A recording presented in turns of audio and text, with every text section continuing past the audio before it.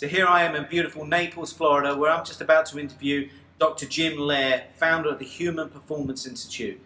Jim has been a leader of his industry in peak performance athletes and CEOs and mentors to some of the best professionals in the world, and I can't wait to spend some time with him and ask him some key questions about how you get from a slump to a jump.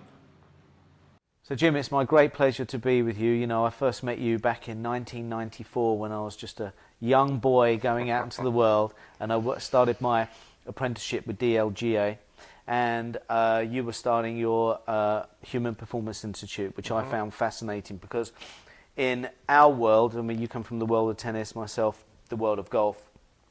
I think in the final analysis, when you look at it, the mechanics, whether it's business or hitting a perfect topspin forehand or a perfect high drive, the mechanics account for 25% of that because we kind of know the code for that. We know the technique, we know how to build a phone, a car, everything.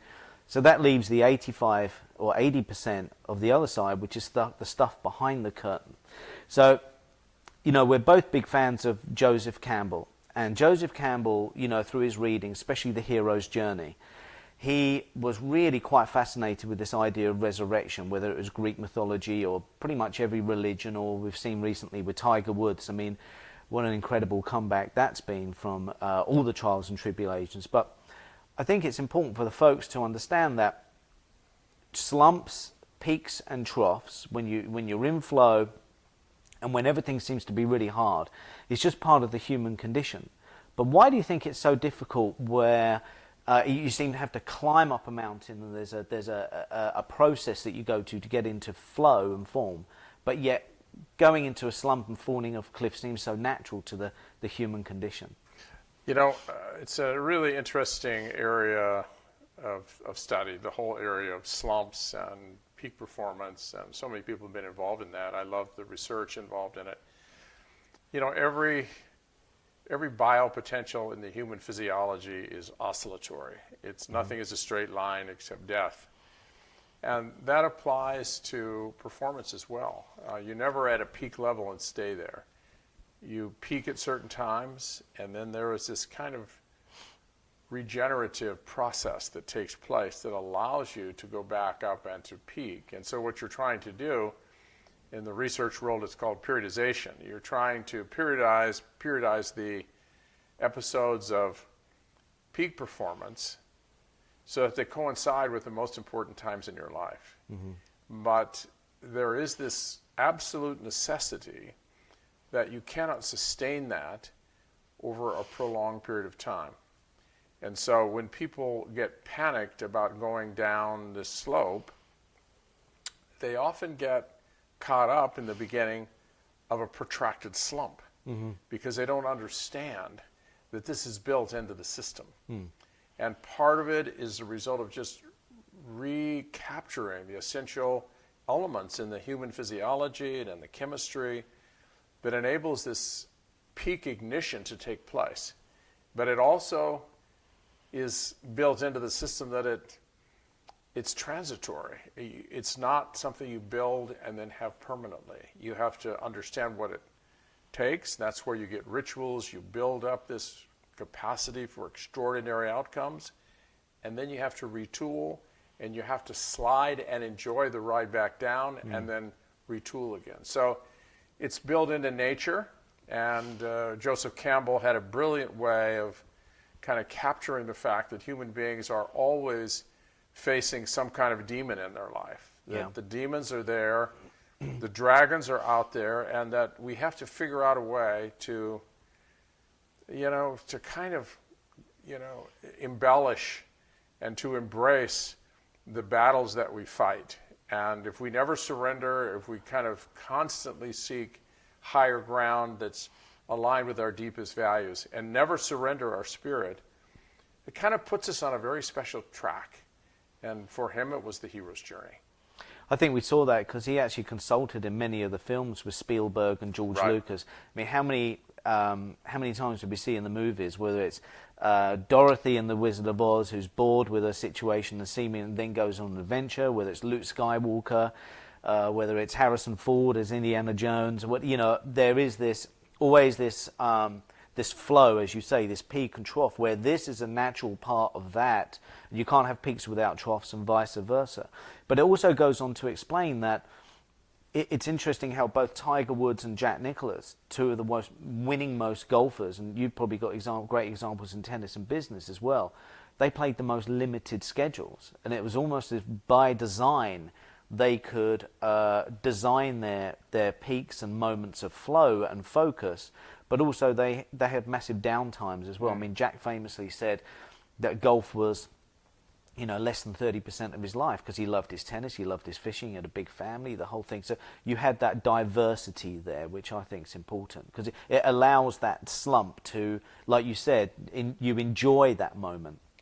Well, it's what Joseph Campbell really was trying to articulate was that life is really an extraordinary mobilization to try to transcend what he would call maybe evil, and triumph over that evil and seek goodness.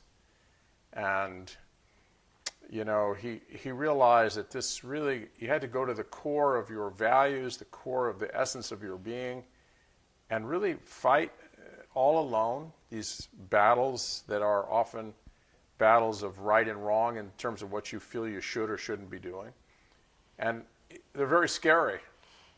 And slumps are scary, but it's not so much a moral issue. But Joseph Campbell helped to articulate the fact that life is a struggle. And if you capture it right, the struggle can be intoxicating, because once you slay the dragon, you step out into the light and you have a brief moment of celebration, and then immediately you get another call, a call for the hero's journey, because another major challenge is now you're facing, which puts you really squarely in this sense of insecurity. You're not sure you can handle this. And what happens in the world of sport, which is kind of metaphorical, is that you have these moments of transition where you're going from one chapter to another, and then you transcend all these obstacles and barriers, and you have this great moment of celebration. You finally beat someone that you had, or you got into the top 100, or you finally made your card or whatever. And then it's just a short time and you realize, now I have to go out and do something else. It's another test. Life is a series of tests. Well, I think that's the distinction, isn't it? Because a lot of folks will look at movie actors or sports people or business titans, etc., and they will see themselves as something different from them. But these people are going through those exact same struggles, because it is the human malady. Right. It's so when you are there, don't look at yourself in the mirror and think, why is it only me? It's not only you. Everyone goes through this secular event where it's down, up, right? Well, we spent 3 decades collecting this extraordinary data from the Human Performance Institute clients. And what that really helped people to understand was that they're not really the only people suffering from these extraordinary challenges in their lives. And that's just comforting in itself, when you begin to realize that no matter how great your life is, no matter how much money you have, no matter how much fame you have, extrinsic success, you are going through things that when the world looks at you may have no idea that you're struggling in these deep battles, inner battles of what you're supposed to be doing with your life. What is your purpose? What is this all about? Why am I here? And then you have to rally your spirit and try to transcend what you believe is the right thing for you and overcome weakness. And these weaknesses are really scary to address. And that's why, for me, the Joseph Campbell articulation, he really described in magnificent beauty what the condition of mankind is, no matter where you are or who you are. And sport, in a sense, teaches us that business is exactly the same, that you're always trying to find a better place, and you finally get there and you realize it's not as satisfying as I thought it was, or this is just a another step in this path, and now I've got to mobilize again. And I celebrated for 2 days, and now I'm back into this extraordinary battle again. And if you don't handle it well, you find yourself building a slump that may be protracted, and now you've kind of created a situation that is extremely challenging to get out of. And it may have started with a very tough accident or extremely bad loss or the variety of things that can be the onset. But because you kind of weren't able to embrace it in the way it happened, and you really try to force the conclusion you want, you now are in a very fragile, vulnerable position, and you wonder whether you'll ever get back. And we call that a slump. And that slump was originally physical, maybe, with an injury. Yeah. And now it's deeply psychological. And there's a lot of scar tissue there around fear and anger and anxiety and all this stuff that can trap one into really being stuck for a very long time and very, very debilitating. Yeah. But the next level, we must start to realize that area that you're in there is actually the opportunity for growth. Right. Because, a little bit like, hey, kitty, kitty, you're going to the next level all the time. But, so having that mechanism, that sort of like, and shortening. See, I've always felt that, since this is a pattern that is inherent to us, the trick is to shorten that pattern and that learning cycle. And if we can find out what happens here and we start to close that down, I think that's indeed why people like Jack Nicklaus and Tiger can, on the button, always, forget their wins. Their second and third and fourth place finishes makes you realize that was no fluke. It's no fluke. So if you can learn what that cycle is, and say, okay, well, I'm feeling slightly down. That means I've got a learning experience to come. This is what I need to do to prepare for it. And boom, you're into flow again. Well, for me, the formula that's hardest for all of us, because we're trying to preserve our precious self-esteem and how we feel about ourselves, is the ability to face the truth and to accept the truth. Mm.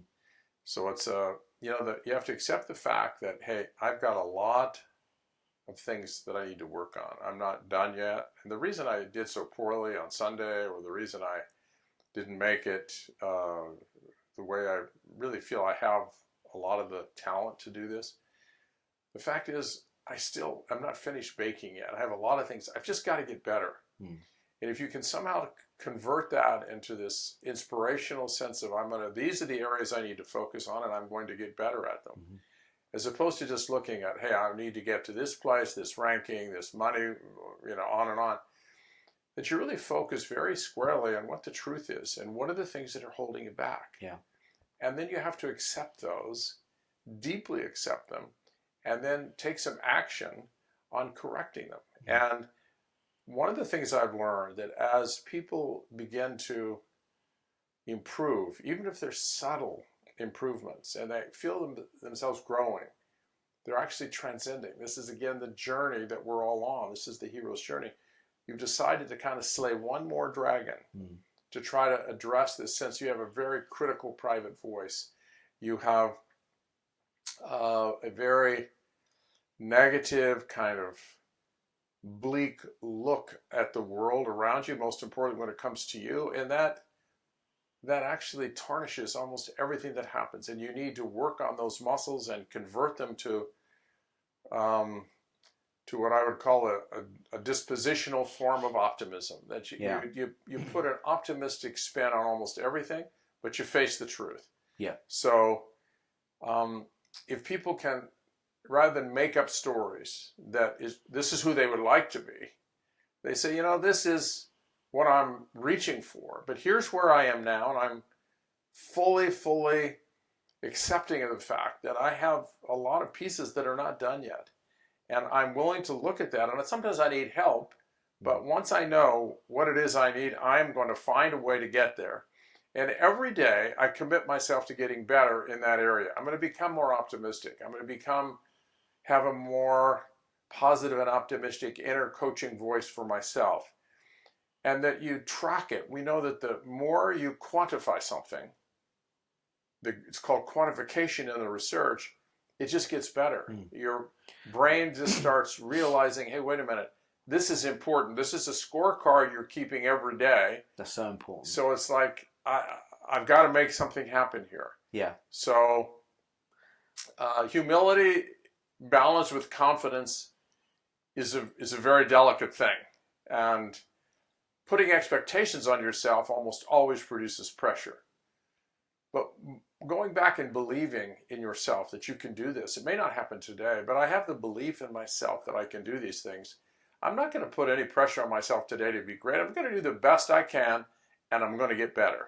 I'm going to get better.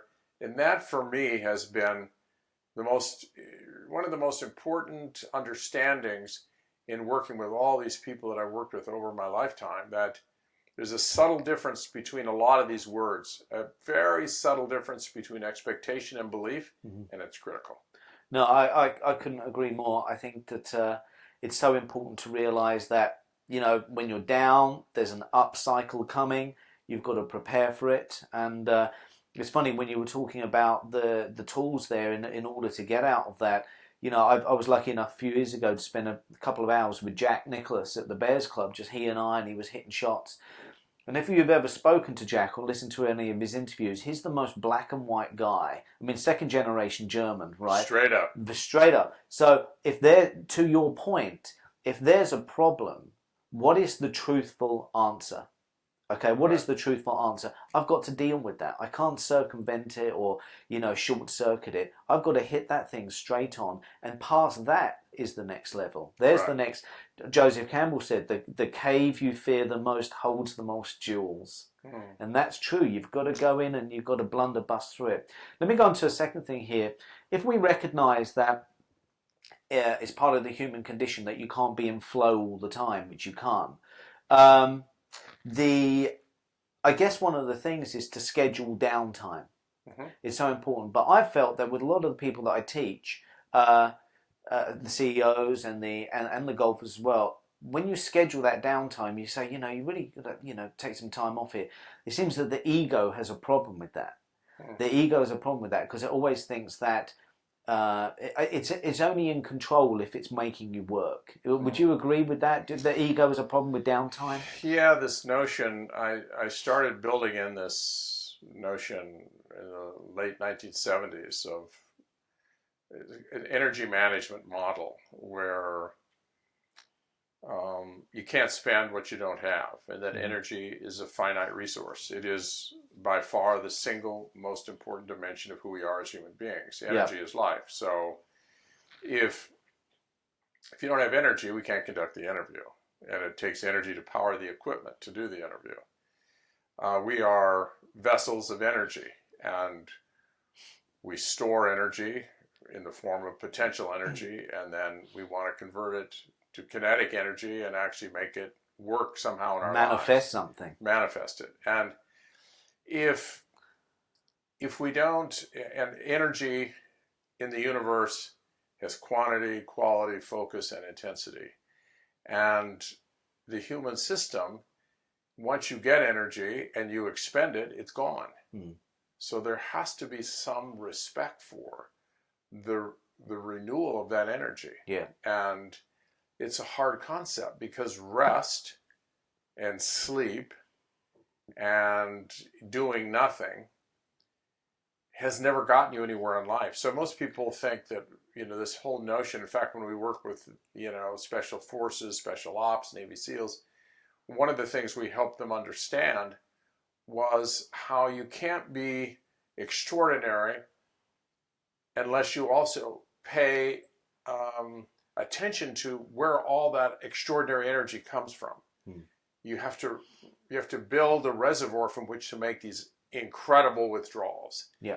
And so this is the yin and the yang. And so helping people value and honor the recovery period in your life, and to teach them how that's done. How do you actually get recovery from golf or from work what are the things you may feel is wasted time because you're not getting anything for it? There's no achievement that you're getting. But what that is doing is allowing you to do extraordinary things because you've, in a sense, restored the one resource that makes everything happen in our life. Energy is life. When you run out of energy, life is over.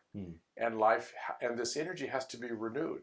And so I try to help people understand that fundamentally we are creatures of energy, and we want to be big spenders.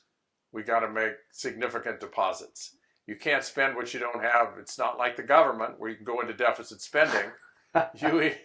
you got to pay the reaper. you got to pay it, or you cannot withdraw it. So, and that tends to make a lot more sense to people, and executives love it because it's, if you're in the banking industry, that's how the banking industry is supposed to work. And so I really feel like helping people appreciate, understand, and honor the importance of recovery in your life will give you a chance to truly be extraordinary. Get the reservoir full. That matter to you. Yeah. Oh, I was thinking about it a little more in depth, as I usually do, about, you know, energy management over time management. And it's interesting that hierarchy, because even if you look at time in its most basic essence, when we look at how the stars and the moon and the sun and our relationship, that is all energy anyway, because without those energy forces hitting that time at that cycle, we wouldn't have time as a human construct, which it is anyway. That, I mean, time is just something, a net that we throw over the days, that we kind of like, you know, we measure it through these little squares or these little dashes on the clock. But really what makes time, or what influences time, is the amount of energy that's going into it. Yeah, it's I came to, and I talked about this with Stephen Covey and all the people in the time management business, and I said, there's a fundamental flaw in the logic here.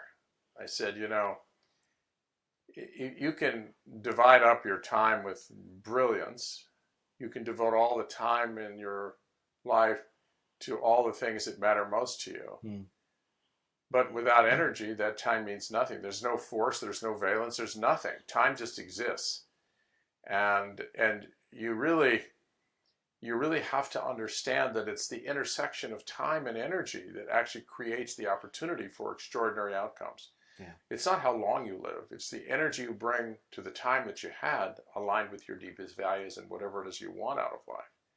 So time is empty. You can be home with your family all day long, but if you haven't really given the energy to them in ways that actually demonstrate, that's how you show you care about something. It's not how much necessarily time you devoted, but it's the energy you brought with the time that you had, because that's, you take life, which is energy, out of your body, and you give it to another person. Yeah. And that's what people want from us. They want our energy. Yeah. In whatever time we have. It's funny, I'm a huge Beatles fan, and in the height of their fame, they would only go on and play 25-minute sets, 35-minute sets, and then gone. So it was that high burst of energy that people were coming to see, like these four guys on stage, just absolutely raving it up, right? But they couldn't keep up that level of energy for that amount of time. Do you think, though, although energy has clearly a massive precedence over time, time can also be a great motivational factor as well? Because when you, I mean, you know, if you think about 5 years ago, 5 years is quite a chunk of time, but it feels like that. And, you know, for the folks, you know, 5 years' time, if you think that's going to go any slower, you're gravely mistaken. That's going to go as well. So I've always thought that time, whilst always second in hierarchy to energy, is a great motivator, because, you know, at no point do you ever want to be looking back on your life with that regret, I wish I had done, you know, it's those famous deathbed books, right, where they say, you know, they interview 25 people in one of these wards, what do you wish you had done differently? Well, I wish every day I had an appreciation of it and set some goals and stuff like that. You know, I wasted too many days, you know, down the bar, or too many days doing this, too many days. So I think that while time, energy is the creator of all things, time can be a great, you know, needle. Yeah, the time management industry struck a chord with everyone, a $1 billion industry. And what they basically demonstrated was that without having time managed brilliantly, Mm. you basically lose your connection to life. You know, timing is everything in life. But they missed the energy dynamic, which gives life to time. So you have to have, it's the intersection of time and energy. So you could essentially block the time, but because the energy component's not there, there's no productivity. That's the whole point. And if you have all this energy, you don't organize it according to a certain schedule, and that's why in a golf swing, what causes the ball to go to a certain spot, you know, a certain height, speed, distance, all that? It's energy. But there has to be a timing. When a golfer says my timing is off, it means that the intersection of time and that energy isn't perfect. And this is life. You want to have your energy mobilized and precisely executed at the right time. And when that happens, aligned with your most important values and beliefs, everything, you know, kind of opens up. And so you have to have both in life, but most people forget about, you know, energy is so interesting. Energy is produced in the physical body.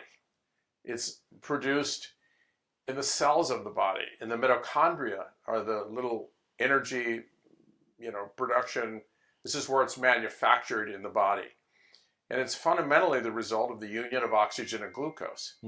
So if you turn off glucose or if you turn off oxygen to the cells, you know, the whole thing comes crumbling down. I mean, it's an emergency. So you and I both worked with Justin Rose for a period of time.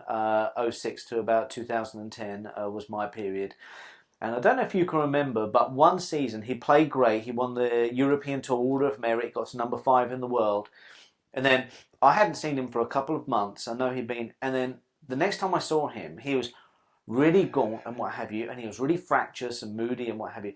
And it seemed that he'd been speaking to one of the rugby players back in England, and they said, well, you've got to cut out all of these carbs. Can you remember this? Cut out all the carbs. So, but I said, Jim, what the heck's wrong? You know, and we did some digging, and sure enough, it was an It was a dramatic change in his diet, which affects the amount of glucose to the cells. And neurons, your brain, is a glutton for glucose. It's a glutton for glucose and oxygen. And if you go from converting energy from carbohydrates to fat, it's a huge process change, and you're very likely to be low in blood sugar for a while. Yeah. And you're going to get leaner because you're burning fat cells you're converting fat cells into energy. So you know, it's a very delicate balance that people have to understand. And if you don't get the energy right, doesn't matter what you got between your ears. It doesn't matter how much skill and talent and all the training you've done. So you have to deal with the whole enchilada. You got to deal with the body and sleep and hydration and fitness. Fitness brings you oxygen transport. And then you got to deal with the whole person, who they are as a human being. I've always said, deal with the person first and the athlete second. Yeah. And we're in the health business, basically. We're getting people to get healthier. That's all I do in my whole life. I finally realized after 30 years, all I was doing was helping people get healthier physically, emotionally, mentally, and even spiritually. And when they got healthier, they just performed better. Well, the mechanics came out. And then you had to have healthy biomechanics as well. If you can have poor biomechanics, you're much more likely to get hurt, and it's not as efficient, it's not as energy efficient. But we're just getting healthier. When people get healthier, they perform better, they're more likely to reach their full potential. Exactly. Jim, I think one of the hurdles that people have when they are in a slight downslide, you know, either in business or life or sport or whatever it may be, when they're on that slippery slope, is that they will look at people who are, whether it's true or not, and we know that there's a lot behind the curtain that isn't told, but they will look at people in the gym and they look really fit, or they look very smart in their demeanour, and they think, my God, that's such a long way away from where I am now. Yet they fail, and that psychological jump, for some people, they never initiate because they think, my God, that's such a big picture I've got to fit into. and I'm such a little piece here at the moment. What can you say about incremental improvement day by day, and the fact that everyone's got a starting point, and that person or that business or that manifestation over there didn't just arrive, it evolved and iterated into that point. So what can you talk about for someone who is at kind of like a low point, maybe sees these images of people around them or businesses and thinks, I can never get to there? What can you say about the process of the journey? It's a very delicate kind of step that one has to take. When you look at someone who's really out there where you would like to be, and they're so far out there, what you try to do is to be inspired by that. And then you look at yourself and say, well, I'm all the way down here.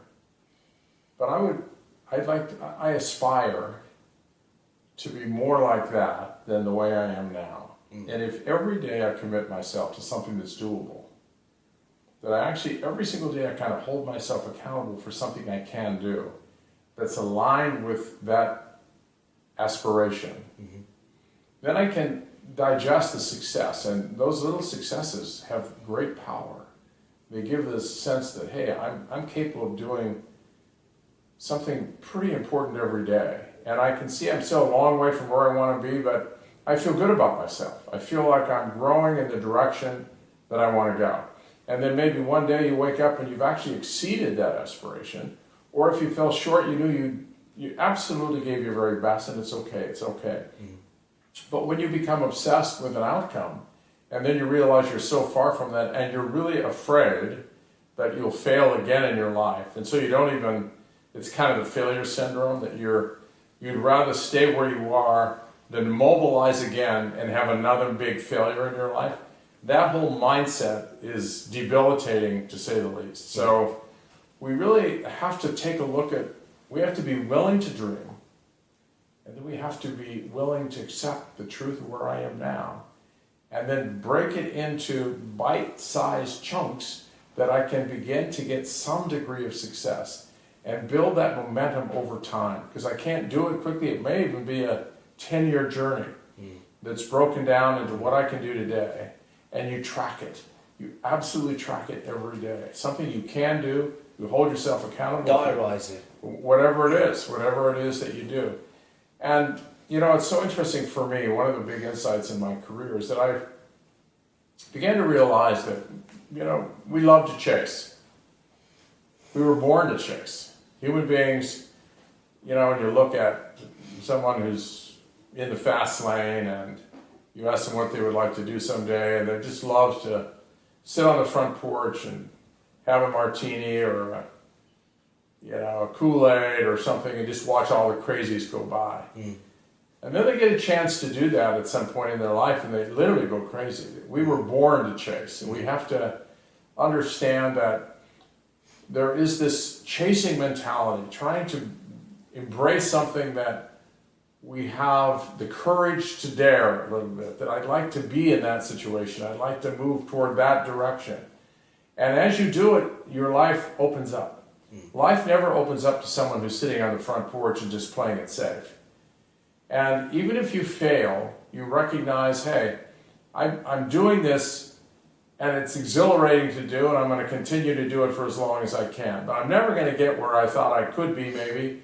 But I love the process. I love getting better. I love chasing what I'm chasing. So there are a couple issues. One is you can't chase if you don't have energy, so you have to honor recovery. And the other one is if you're going to chase, make sure you're chasing the right thing for the right reason. Perfect. And this really gets into what is it that will give you the most fulfillment? Whether you succeed at it or not, you're doing the right thing for you. And when you're chasing the right thing for the right reason at the right time, something happens in your life, and it has nothing to do with the outcome. It has to do with the transformation that takes place inside of your soul because you're aligned with your deepest values and beliefs, and you're taking a chance.